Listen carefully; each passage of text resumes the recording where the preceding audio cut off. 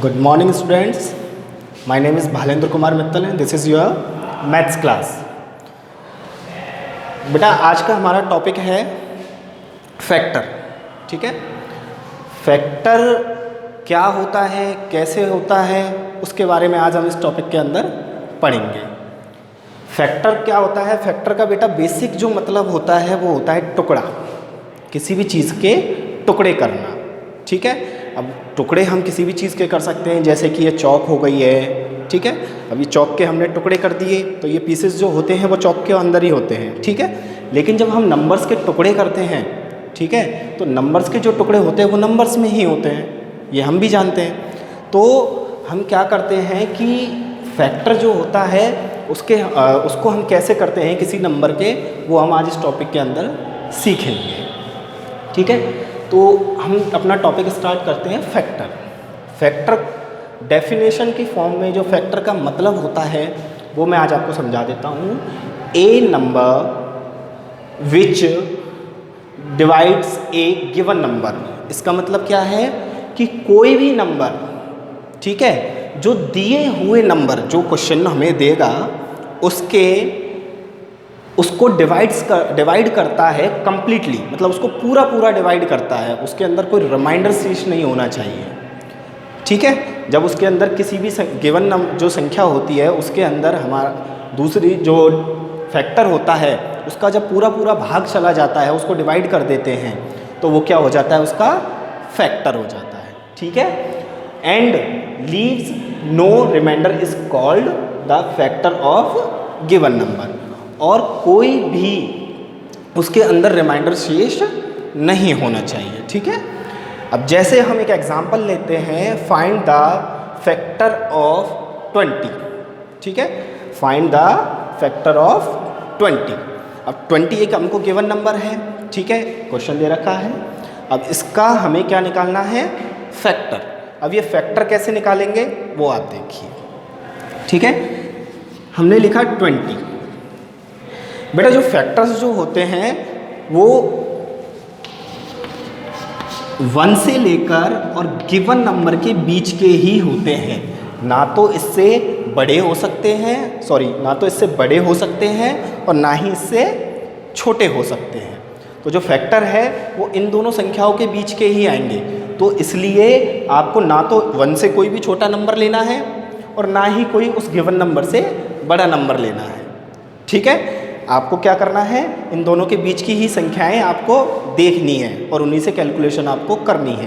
क्योंकि अगर आप इनसे बड़ी लेने लग जाओगे तो बहुत सारी इनफाइनाइट नंबर्स होते हैं, आप कहाँ तक चेक करोगे और एक्चुअली वो आएगा भी नहीं, वो आंसर गलत होगा. तो इसलिए आपको दिमाग लगाना ही नहीं है, आपको इन दोनों के बीच का जो नंबर होता है उन्हीं नंबर्स के बीच में से आपको फैक्टर फाइंड आउट करने हैं. ठीक है बेटा, अब हमें कैसे करना है, सबसे पहले जो नंबर होता है वो होता है 1. वैसे तो संख्याएं 0 से स्टार्ट होती है बेटा, लेकिन क्या होता है कि जैसे ही हम 0 से किसी भी संख्या को मल्टीप्लाई करते हैं, सपोज 20 किया, तो वो क्या हो जाता है, 0. ठीक है, लेकिन यहाँ पे हमें 0 तो लेना नहीं है क्योंकि 0 किसी चीज़ का फैक्टर होता ही नहीं है, क्योंकि जीरोस वो तो बात. ठीक है, तो 0 क्या है, किसी भी चीज़ का फैक्टर होता ही नहीं है. तो हम जो नंबर्स हैं वो स्टार्ट करते हैं 1 से. ठीक है, हम जो फैक्टर से स्टार्ट करते हैं वो कहाँ से स्टार्ट करते हैं, 1 से. हम सबसे पहले 1 को, अब देखो बेटा, हमें लाना है 20. फैक्टर क्या होता है कि उस नंबर से फैक्टर से उस नंबर को डिवाइड किया जाए तो रिमाइंडर 0 बचे, ये कह रहा है. तो मतलब जो फैक्टर्स आएंगे उसको हम मल्टीप्लाई भी उससे करेंगे तो 20 आना चाहिए. सपोज जैसे देखो हम लिखते हैं यहाँ पर 20/5 लिखा है. ठीक है, फॉर एग्जाम्पल 20/5, मतलब जब हम 5 से 20 को डिवाइड करते हैं तो आता है 4. ठीक है, इसमें पूरा ये डिवाइड हुआ और इसमें कोई रिमाइंडर भी नहीं बचा. ठीक है, अब रिमाइंडर नहीं बचा है तो मतलब क्या हुआ कि ये जो 5 है ये अपना क्या है, इसका एक फैक्टर है. 20 का ये क्या है, एक फैक्टर है. तो अब हम देखते हैं कि देखो, लेकिन ये फैक्टर है तो अगर हम इसको इससे मल्टीप्लाई करें तो वापस से ये 20 आएगा या नहीं आएगा, क्रॉस मल्टीप्लाई करेंगे तो. ठीक है, तो हम देखते हैं जैसे हम करते हैं 20/5 इक्वल टू 4, इसको हमने जब इसको क्रॉस मल्टीप्लाई किया तो हो गया ये 20 इक्वल टू 5 इंटू 4, तो ये वापस से क्या आ गया 20। ठीक है, तो इसी तरीके से ये वाला मेथड हम यूज़ ना करके हम मल्टीप्लाई मेथड इसके अंदर यूज़ करेंगे, जिससे क्या होता है कि थोड़ी सी कैलकुलेशन आसान हो जाती है। ठीक है, अब हम क्या करते हैं कि 1 को 20 से कौन सी ऐसी संख्या से मल्टीप्लाई करें कि 20 आ जाए, तो ऑब्वियस सी बात है 20 से ही करेंगे, तभी जाकर 20 आ रहा है। ठीक है, तो इसका जो फर्स्ट फैक्टर हुआ वो तो हो गया 1। ठीक है, अब इसी तरीके से दूसरा निकालते हैं हम। ठीक है बेटा, अब दूसरा क्या हो गया, 2 से मल्टीप्लाई करते हैं, जैसे 1 से किया वैसे 2 से करेंगे, फिर 3 से करेंगे, फिर 4 से करेंगे। अगर हो रहा है तो करेंगे और नहीं हो रहा है तो उस नंबर को हम छोड़ देंगे। ठीक है, जैसे देखते हैं 2 से हम किसको मल्टीप्लाई करें कि 20 आ जाए, बिल्कुल सही, 10 से करेंगे तो आ गया 20।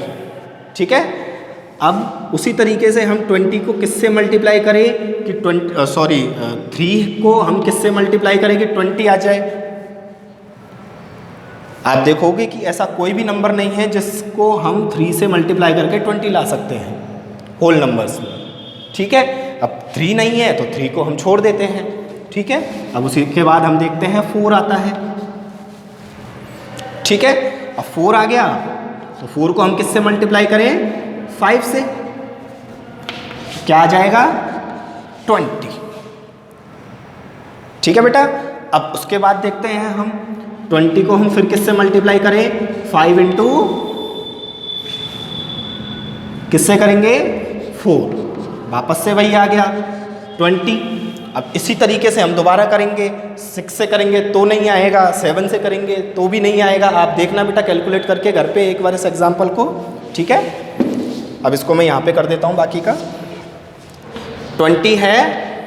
ठीक है, अब इसी तरीके से 6 से 7 से हम करते चले जाएंगे तो लास्ट तक आंसर हमारा नहीं आएगा, केवल आएगा ये 10 इंटू 2 पर, तो आ जाएगा ये 20। अब उसी तरीके से देखो बेटा 20 फिर हम करेंगे तो लास्ट में जाके 11 पे भी नहीं आएगा, 12 पे भी नहीं आएगा, 13 पे भी नहीं आएगा। इसी तरीके से जब चलेंगे तो लास्ट तक केवल ये जाके आएगा 20 इंटू 1, तो ये आ गया 20। अब बेटा एक चीज़ आप यहाँ पे नोटिस करो कि ये देखो इसके जो फैक्टर्स हैं वो कौन कौन से आ गए, 1, 2, 4, 5, 10 एंड 20। ये सारे क्या हैं, इसके फैक्टर्स हैं। यहाँ तक किसको समझ में आ गया? ठीक है बेटा, अब ये सारा जो मटेरियल है ये अपना फैक्टर है। ठीक है, मैंने अभी अभी आपको बताया था कि जो भी नंबर्स आएंगे, ठीक है, जो भी फैक्टर्स अपने आएंगे गिवन नंबर के, वो सारे जो नंबर फैक्टर्स हैं वो उस गिवन नंबर के बीच में ही 1 और उस गिवन नंबर के बीच में ही आएंगे। ठीक है बेटा, तो देखो 1 भी 1 है, 2 भी 1 और 20 के बीच का है, 4 भी 1 और 20 के बीच का है, 5 भी 1 और 20 के बीच का है, 10 भी 1 और 20 के बीच का है, एंड 20 जो तो 20 है ही अपना। ठीक है, तो यहाँ तक आपको समझ में आ गया? ठीक है, तो अब जो अपना मैं आपको एक एग्जाम्पल लेके बताता हूँ उसी तरीके से। ठीक है, अपना क्वेश्चन नंबर 3 है।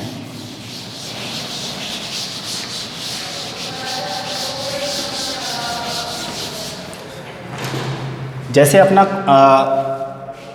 आपकी बुक है, बुक के अंदर जब आपने एक्सरसाइज 3.1 जब आप ये निकालोगे तो उसके अंदर क्वेश्चन नंबर 3 दे रखा है आपका, right the factor of the following.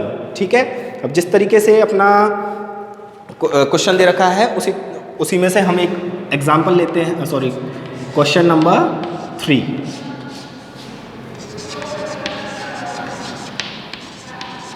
Exercise 3.1। ठीक है, इसका जो फर्स्ट क्वेश्चन है, क्वेश्चन नंबर 3 का फर्स्ट वाला दे रखा है, राइट द फैक्टर ऑफ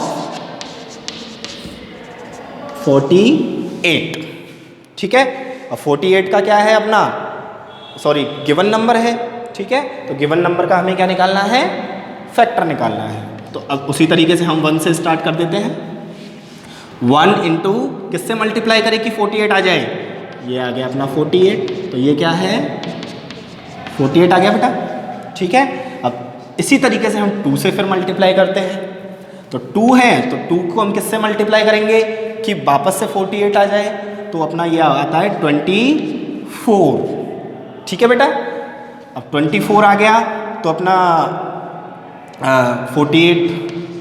अब इसी तरीके से फिर हम जैसे 3 से करते हैं, तो 3 से करने के बाद कुछ आता है क्या, किससे करेंगे बताओ, 16 से, ठीक है। तो 16 से किया तो 48 आ गया। अब इसी तरीके से हम 4 से करेंगे तो कितने से करेंगे,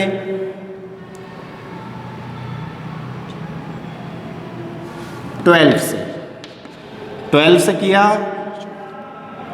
तो 48 आ गया।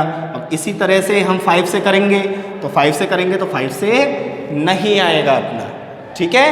इसी तरीके से हम 6 से करेंगे तो 6 से करके देखते हैं, 6 से किया तो कितना आया 8, 8 से करेंगे तो कितना आएगा 48। अब इसी तरह से हम 7 से करेंगे तो 7 से नहीं आएगा, ठीक है, तो हम इसको छोड़ देते हैं, फिर करते हैं हम 8 से, ठीक है बेटा। अब 8 से करने के बाद किससे करेंगे वापस 6, ठीक है। अब 6 से करेंगे तो फिर 48 आ जाएगा। अब इसी तरह से हम इसको बार बार करते रहेंगे। 8 आ गया, ठीक है। अब इसको वापस से हम करते हैं 8 के बाद जब हम करेंगे 9 से, तो 9 से नहीं आएगा। आप करके देखना प्रैक्टिस घर पे, आपको पता लग जाएगा, ठीक है। 9 से करेंगे तो 9 से अपना फैक्टर नहीं आएगा, ठीक है। 10 से करेंगे तो नहीं आएगा, 11 से करेंगे तो नहीं आएगा, 12 से करेंगे तो फिर वापस से आ जाएगा। 12 आ गया, अब ये आ गया 4, ठीक है, ये आ गया 48। अब फिर उसी तरीके से जब हम करते चले जाएंगे, ठीक है, तो वापस ये 16 पे आएगा। 16 इंटू 3 कितना आएगा 48, ठीक है। अब नेक्स्ट जो हम करेंगे वो 16 के बाद आएगा 24 पे, ठीक है। 24 इंटू 2 तो ये आ गया 48। अब इसके बाद हम करेंगे तो 48 इंटू 1, लास्ट में जाके ये 48 पे ही आएगा, ठीक है। अब एक चीज़ आप देखो बेटा, मैंने आपको सेम पैटर्न से मैंने आपको पिछला जो है वो एग्जाम्पल समझाया था 20 का, ठीक है। 20 के अंदर देखो बेटा जो मैंने पूरा कैलकुलेशन किया था। अब आप क्या करोगे, मुझे तो याद है ये सारी चीज़ें, तो इसलिए मैंने क्या किया, मैंने फटाफट कर दिया। लेकिन आप तो क्या करोगे, 24 के बाद 25 पे मल्टीप्लाई करोगे, फिर 26 पे करोगे, तो आपको बहुत सारा टाइम ऐसे क्वेश्चन को करने में लगेगा। तो मैं आपको एक छोटा सा एक इसमें तरीका बताता हूँ कि जब भी नंबर्स आप जैसे करते चले जाते हो, ठीक है, तो ये जहाँ पे भी नंबर्स दोबारा से रिपीट होने लग जाए, ठीक है, वहाँ पर आप उसकी कैलकुलेशन छोड़ सकते हैं। कैसे, जैसे देखो 1 इंटू 48 हो गया, 2 इंटू 24 48 हो गया, 3 इंटू 16 48 हो गया, 4 इंटू 12 48 हो गया, 6 इंटू 8 48 हो गया। अब 8 इंटू 6, अब देखो बेटा 6 इंटू 8 और 8 इंटू 6 ये सेम नंबर्स हैं, केवल इनका ऑर्डर चेंज हुआ है, ठीक है। 12 इंटू 4 और 4 इंटू 12 ये वापस आ गया, केवल इनका ऑर्डर चेंज हुआ है, ठीक है। 16 इंटू 3 इंटू 16 ये इनका भी केवल ऑर्डर चेंज हुआ है, ठीक है। 24 इंटू 2 और 2 इंटू 24 इनका भी केवल ऑर्डर चेंज हुआ है। एंड 48 इंटू 1 इंटू 48 इनका भी ऑर्डर चेंज हुआ है। तो इतनी लंबी कैलकुलेशन करने के बजाय हम इसको यहीं कर ले तो क्या दिक्कत है, ठीक है, हम इसको यहीं पर इसको रफ कर देते हैं। अब हम क्या करेंगे, इतनी कैलकुलेशन ना करके इन सारे जो नंबर्स हैं इन्हीं को हम ले लेंगे, ठीक है, जिससे क्या है अपना क्वेश्चन थोड़ा शॉर्ट हो जाता है और आंसर भी करेक्ट आ जाता है, ठीक है। अब जैसे ये वाला हो गया अपना, तो 1 2 3 4 6 और यहाँ से लीजिए बेटा ये सारे जो हैं ये आपके क्या है फैक्टर्स हैं। कौन कौन से, जैसे देखो तो अपने फैक्टर्स क्या आए, फैक्टर्स आए 1 2 3 4 6, फिर वापस से 8 12 16 24 एंड लास्ट 48, यहाँ तक आप सब लोगों को समझ में आ गया। 1 से लेके 48 तक के बीच के जितने भी नंबर्स हैं वो सारे क्या हैं, उसके फैक्टर्स जो भी हैं वो हमने यहाँ से फाइंड आउट किए हैं। हो गया? ठीक है, एक सेकेंड होमवर्क दे देता हूँ। दूँ?